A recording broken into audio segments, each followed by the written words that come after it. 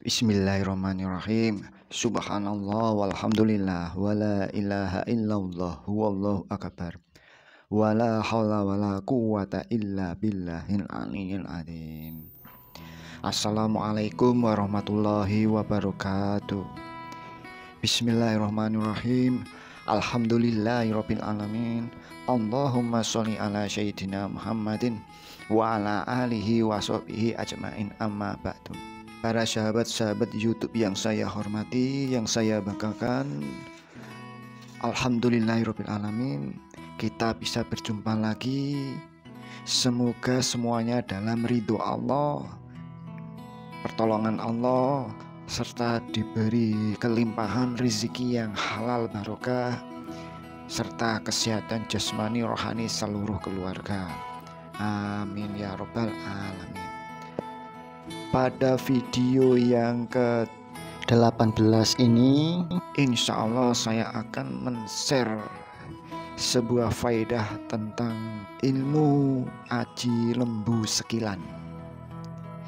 Bisa diartikan dengan arti aji lembu sekilan. Ini ada seseorang yang sudah membuktikan keajaiban dari ilmu ini. Ilmu ini bisa dikatakan, kalau untuk ilmu kejawen ini pasti ada ya yang namanya ilmu aji lembu sekilan. Tapi karena berhubung di ilmu kejawen yang bernama lembu sekilan, ilmu lembu sekilan membutuhkan suatu bimbingan atau guru. Sedangkan kali ini yang saya akan share ini yang bersifat umum. Kalau untuk yang kejawen itu bersifat khusus ya. Tata caranya pun lumayan agak memberatkan sedikit, serta yang bisa diamalkan oleh semua orang tanpa adanya guru pun insya Allah bisa berefek positif tanpa ada efek negatif. Kalau untuk berbuat negatif insya Allah tidak akan bisa, karena ilmu ini dan doa ini dengan menyebut dzikir asma Allah yang sangat agung. Untuk sekedar testimoni dari ilmu ini, ada seseorang yang sebut saja namanya Anto, yang tinggal di Pondok Aren, Tangerang pada tahun 2001, sekitar kurang lebih tahun segitu ya, jadi 2001, lumayan agak lama. Menurut beliau ilmu ini sudah dibuktikan keampuhannya. Ilmu ini kata beliau berasal dari daerah Jawa pada zaman kerajaan. Dari silsilah tersebut ternyata ilmu ini sudah ada di zaman kerajaan dahulu ya. Ilmu ini telah diijakan kepada seseorang dan sudah membuktikan manfaat ilmu ini atas izin Allah, diberi keselamatan sehat dan jasmani. Dia pernah mendapat cobaan di tahun 2003. Suatu ketika mengalami kecelakaan sekaligus keajaiban langsung. Singkat cerita, ketika itu membonceng sepeda motor teman, dan teman tersebut melaju dengan kencang. Karena lampu motor agak kurang terang, tidak tahu ada lubang di tengah jalan. Suatu itu juga motor terpelantir karena ada lubang. Dalam kondisi kurangnya penerangan lampu, terpaksa diterobos. Akhirnya sepeda terpelanting jauh, dan teman itu juga terpental. Tapi anehnya, si pengamal ilmu ini tidak jatuh sama sekali, bahkan cuma berdiri di atas lubang di jalan tersebut. Wow, alam ya ini.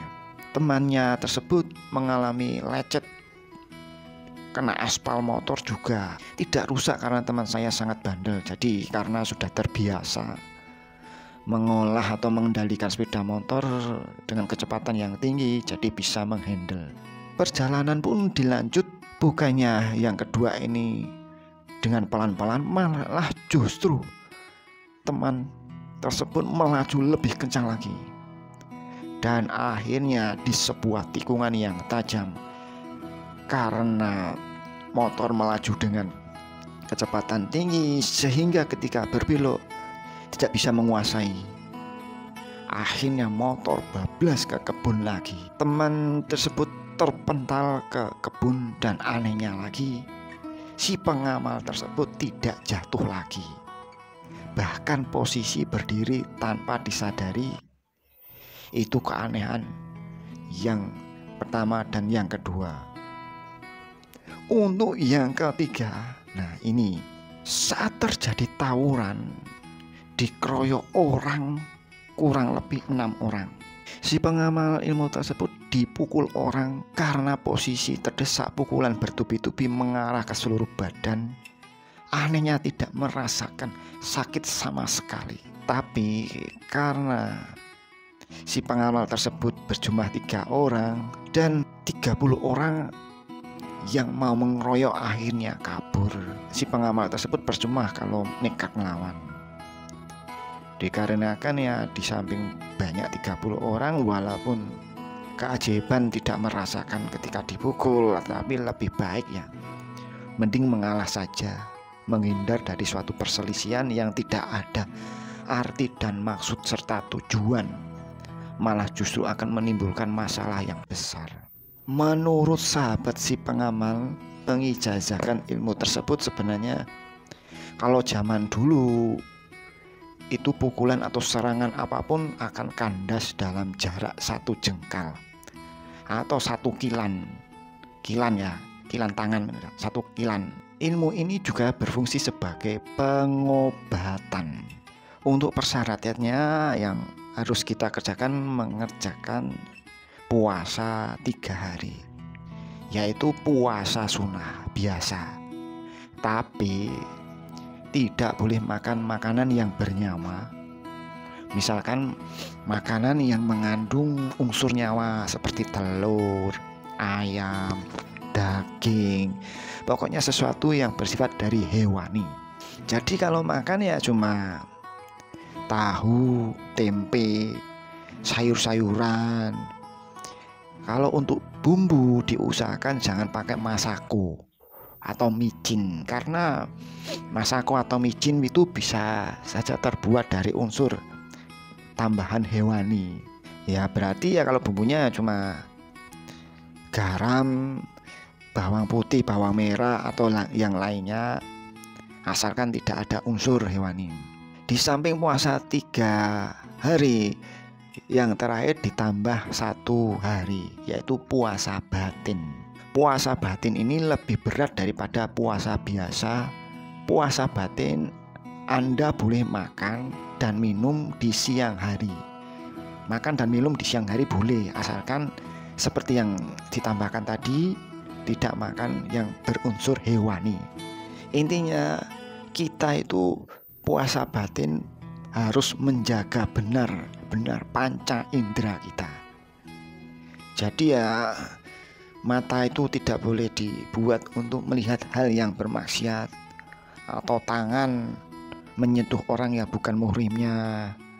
Jadi benar-benar kalau untuk menguasai ilmu batin, maksudnya untuk melaksanakan ilmu batin, kalau bisa ya di rumah saja. Jadi 1 hari itu di rumah, tidak keluar, jadi bisa berkonsentrasi. Kalau pas puasa sunnah biasanya masih nekat untuk meneruskan walaupun kita tahu kalau kita batal. Yang penting tidak makan dan tidak minum saja. Tapi kalau puasa batin biasanya ya, kalau hati kita mengatakan batal, ya batal, gak bisa diganggu gugat. Artinya Anda harus lebih jujur dengan diri sendiri sebelum memulai puasa. Diusahakan hati ini suci dari segala sesuatu yang bersifat duniawi. Jadi 1 hari ini benar-benar kita introspeksi diri. Untuk bacaannya, insya Allah ini teman-teman pasti sudah pernah mendengar. Bahkan setiap hari mungkin kita itu melakukan membaca bacaan ini. Untuk bacaannya, Bismillahirrahmanirrahim. Bismillahi masya Allah, la haula wala quwata illa billahil aliyil adzim. Dibaca 7 kali sambil tahan nafas setelah selesai sholat fardu. Insya Allah bagi yang belum hafal, hafalkan terlebih dahulu. Tapi perlu diingat untuk tata caranya.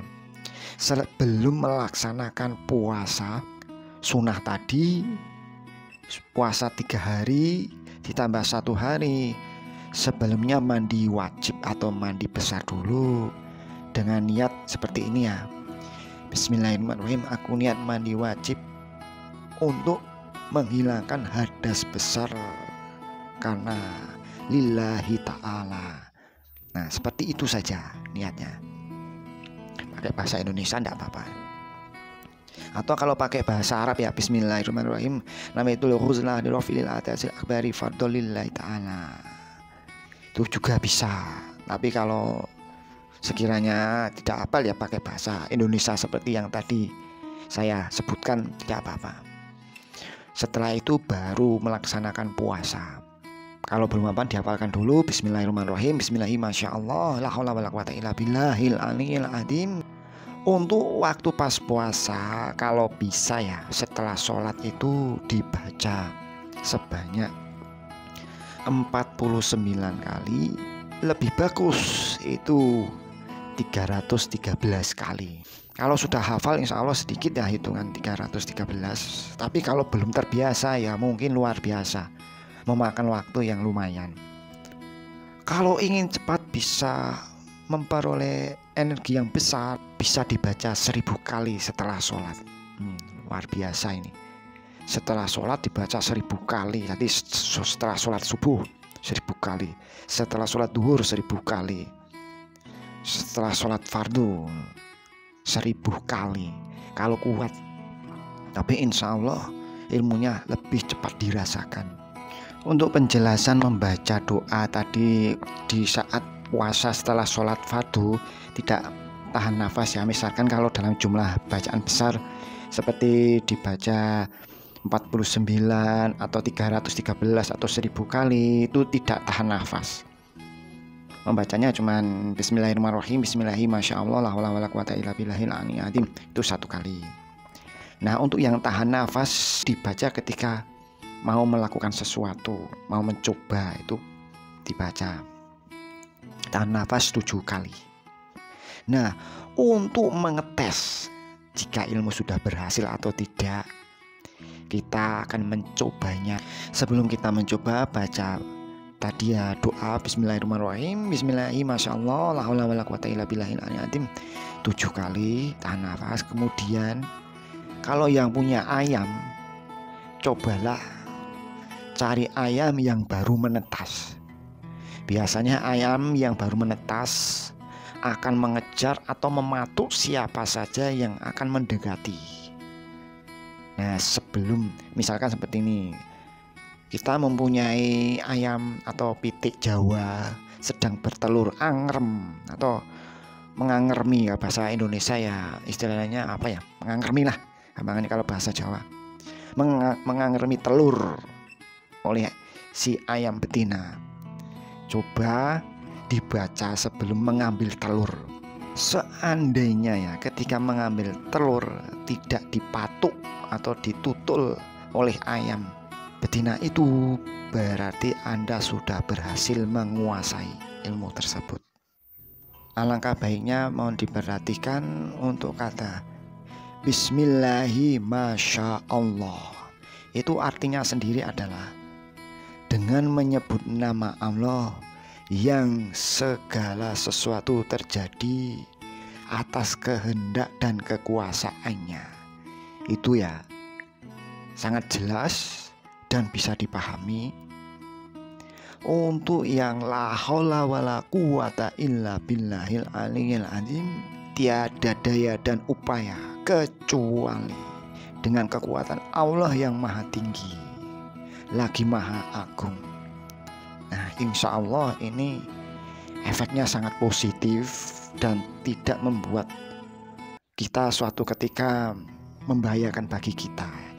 Semakin banyak mengamalkan bacaan Bismillahirrahmanirrahim, Bismillahi Masya Allah, la haula wala quwata illa billahil aliyil azim, itu kita dari arti tersebut membuktikan bahwa kita itu benar-benar minta pertolongan dan perlindungan kepada Allah Subhanahu wa taala.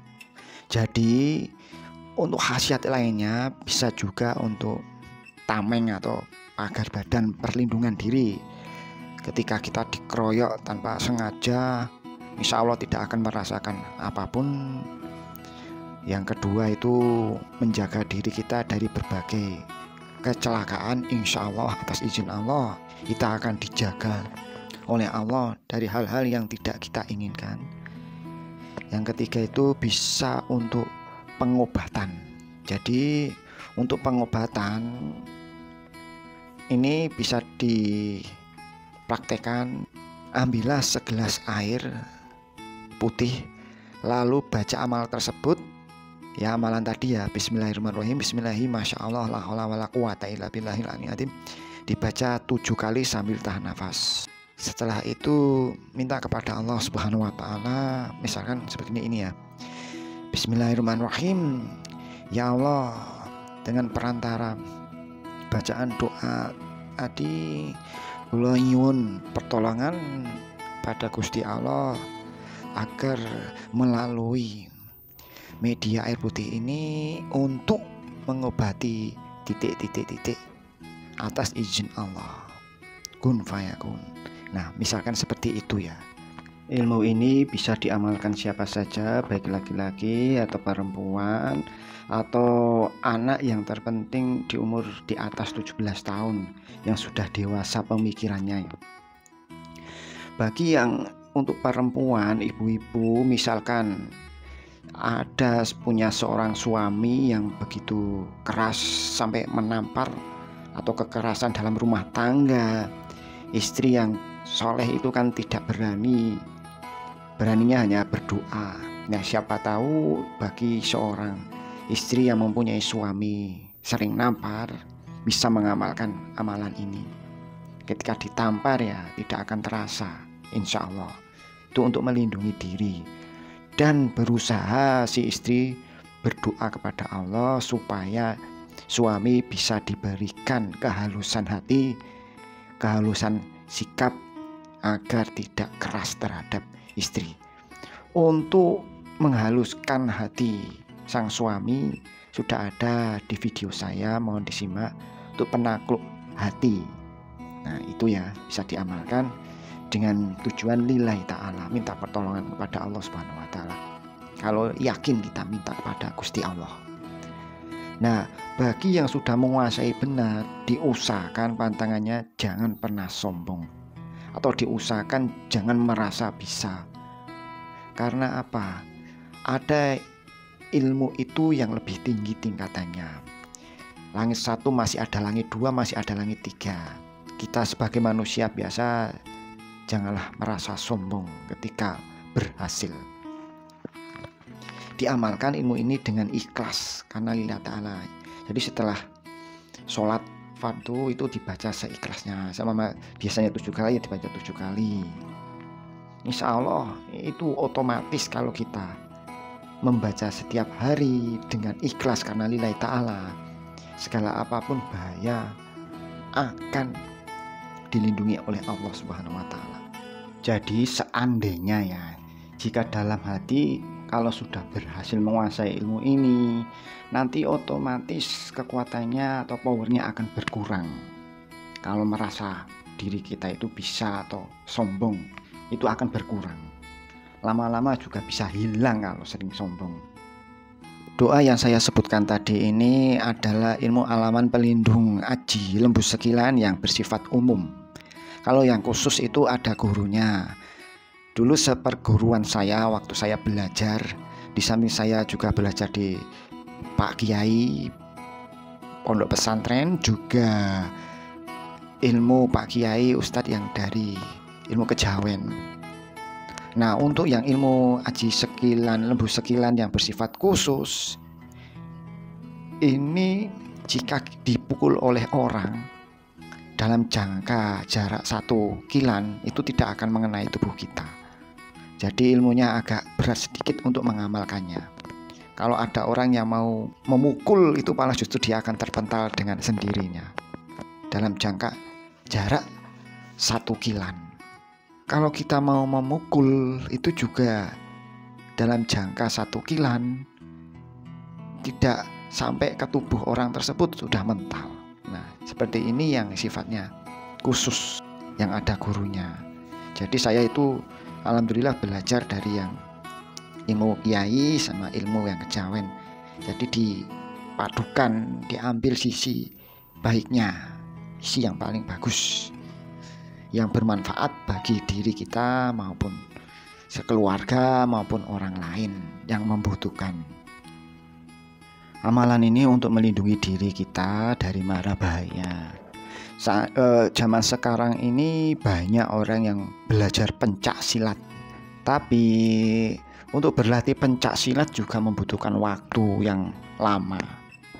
Ya, kalau saran saya mending kita berdoa saja, minta pertolongan kepada Allah, malah lebih aman. Pencak silat seandainya dikeroyok orang 1 lawan 3 keok, ya sudah sakit semua. Nah, kalau kita berdoa mengamalkan suatu doa perlindungan, minta kepada Allah, otomatis kita akan dilindungi oleh Allah Subhanahu wa Ta'ala.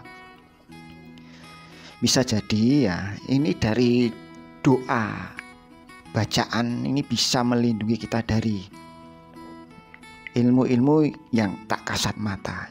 Insya Allah secara otomatis kalau kita mengamalkannya dengan ikhlas, dengan istiqomah, terus menerus ikhlas karena lillah ta'ala, ilmu yang bersifat hitam itu akan berbalik arah sendiri. Itu otomatis insya Allah, karena dari arti bacaan tersebut sangatlah agung. Mungkin ini saja yang bisa saya sampaikan terkait dengan ilmu aji lembu sekilan. Masih banyak manfaatnya, tergantung semua pengamalnya ya yang bisa merasakan. Jadi di sini tidak saya sebutkan satu persatu karena terlalu banyak hikmah dari ilmu ini. Dengan membaca bersama-sama, Bismillahirrahmanirrahim. Subhanakallahumma wa bihamdik, asyhadu an la ilaha illa anta, astaghfiruka wa atubu ilaik.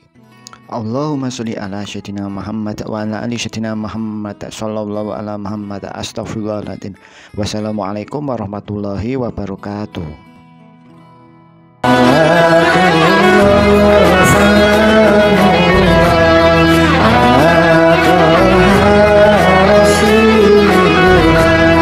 Salam